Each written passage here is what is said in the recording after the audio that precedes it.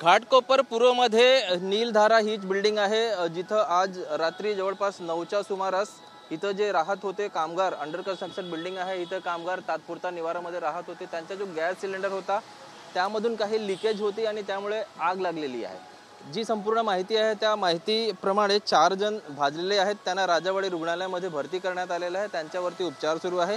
मात्र इथं स्थानिक रहिवासी आणि समाजसेवक प्रकाश वाणीजी आहेत। सर, नेमकं काय झालेलं आहे? काही ते स्वयंपाक करताना गॅस लिकेज झाला, त्यामुळे काही 4 जण थोडे जखमी झाले आहेत, त्यांना राजावाडीत उपचारासाठी पाठवलं आहे। काय परिस्थिती आहे त्यांची आता? त्यांची परिस्थिती आता मी पण इकडे मला आयडिया नाही, पण तरी पण परिस्थिती चांगली आहे त्यांची, असं लोक डॉक्टर सांगतात त्यांची परिस्थिती चांगली आहे म्हणून। जे 4 जण भाजलेले आहेत त्यांना राजावाडी रुग्णालयामध्ये भरती करण्यात आलेलं आहे, त्यांच्यावरती उपचार सुरू आहे आणि संपूर्ण प्रकरणाची जी चौकशी आहे ते घाटकोपर स्थानिक पोलीस करत आहे। कॅमेरा पर्सन मोहन दुबेसह ब्रिजभान जयस्वार, TV9 मराठी।